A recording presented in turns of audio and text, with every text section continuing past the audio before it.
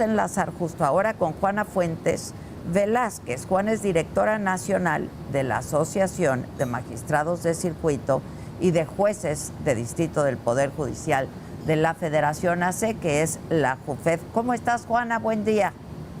Hola, Adela, muy buenos días. Un saludo para ti y para todo tu auditorio. Muchas gracias y gracias por la espera. A ver, Juana, pues trasladan a estos 29 criminales bajo el argumento de que se tenía información que había juzgadoras y juzgadores corruptos que pensaban liberar a estos criminales.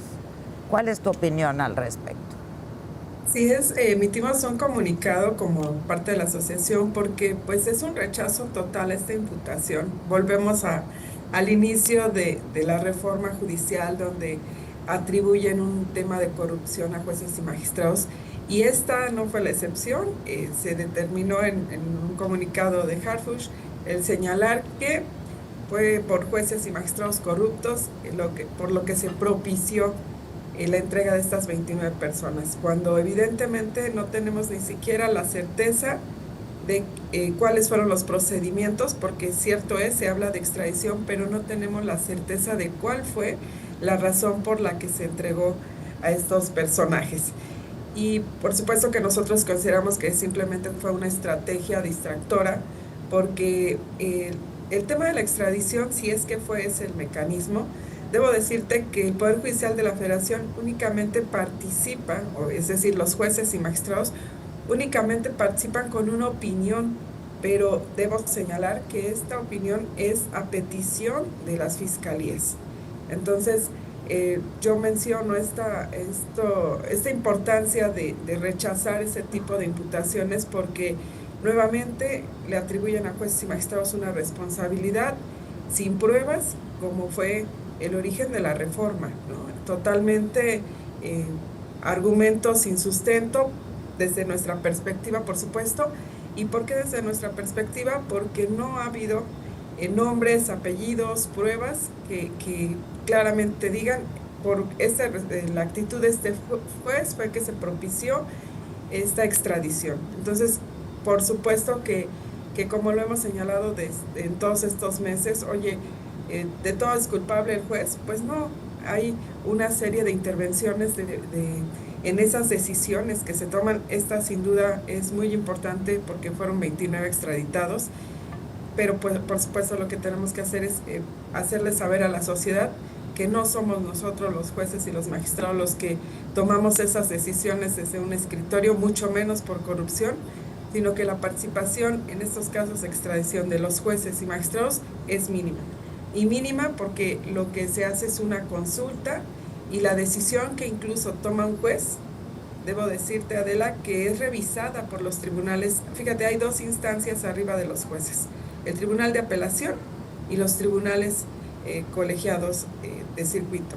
¿Qué implica? Que entonces la corrupción está en el juez, que es uno, los tres de apelación y los tres del tribunal colegiado. Bueno, estamos hablando de 7 personas por 29 extraditados, pues entonces queremos saber por lo menos quiénes son los nombres de esas personas o de esos jueces que les están atribuyendo que es por ellos o que ellos son los responsables de esta situación que se dio con los extraditados.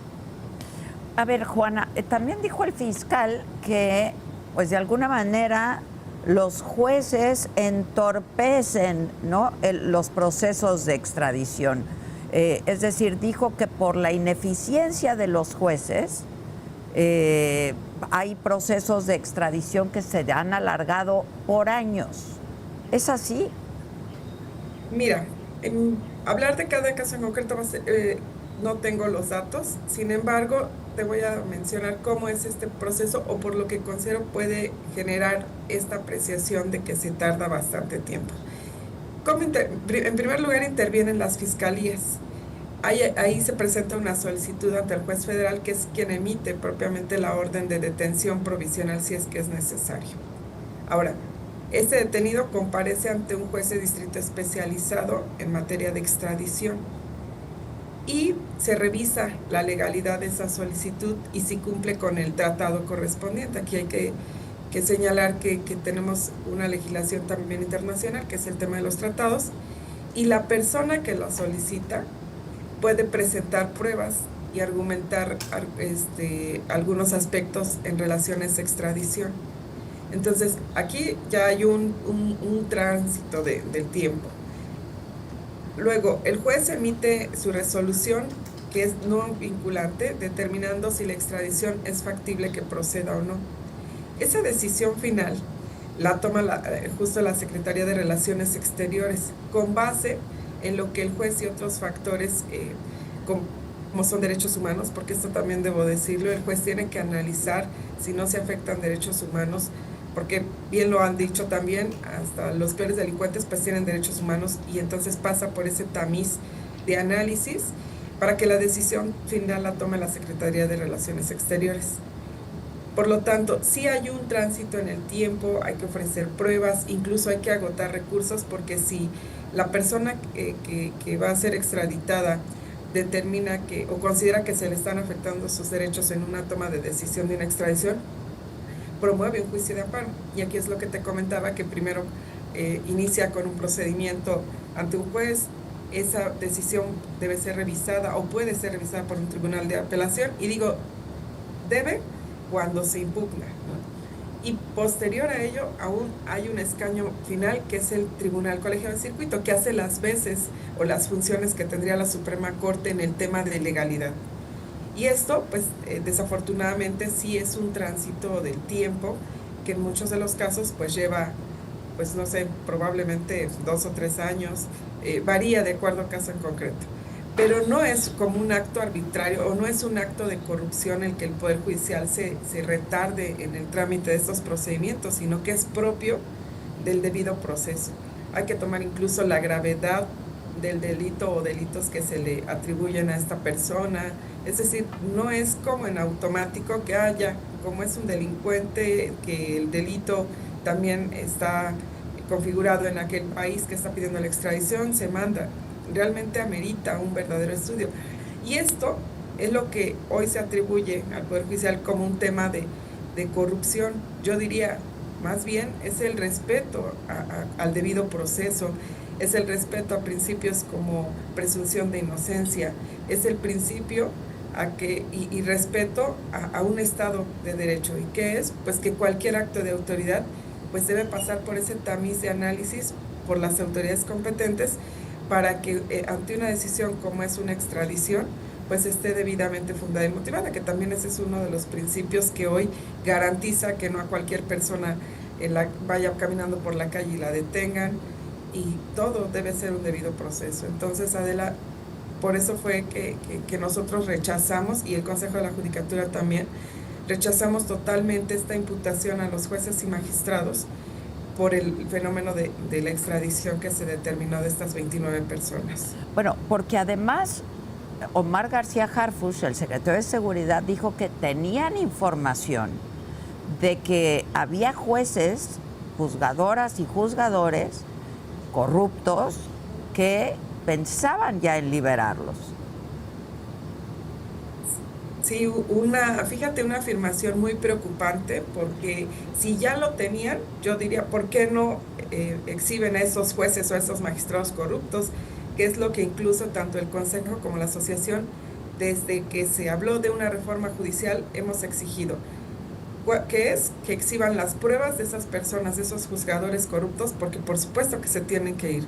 Si ellos afectaron el hecho de que nos vayamos todos sin deberla ni temerla, pues por supuesto que hoy más que nunca decimos, pues si ya tenías esa información de juzgadores que en un plano de corrupción iban a tomar una participación para la liberación o no de estas personas extraditadas, pues yo diría, ¿y por qué esperaron tanto?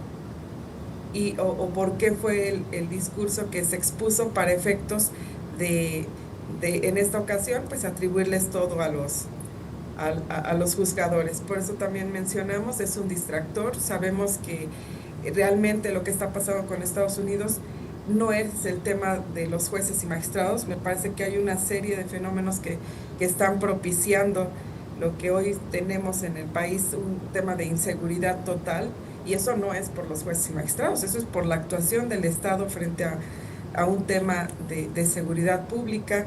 Y pues todas estas situaciones son las que a nosotros nos hace pues replicar lo que afirmó en ese comunicado el secretario de Seguridad y Protección Ciudadana.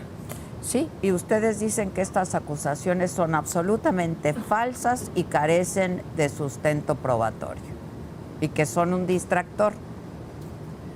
Así es, porque bueno, Adela, la verdad es que hemos sido muy denostados en la actividad y yo considero que si hay una imputación como esta, por supuesto que debe estar basada en pruebas y el comunicado no debe ser nada más en el señalamiento de que es culpa de los jueces y magistrados, sino aquí están las pruebas, aquí están los nombres de los jueces y magistrados corruptos por los que se está señalando en este comunicado.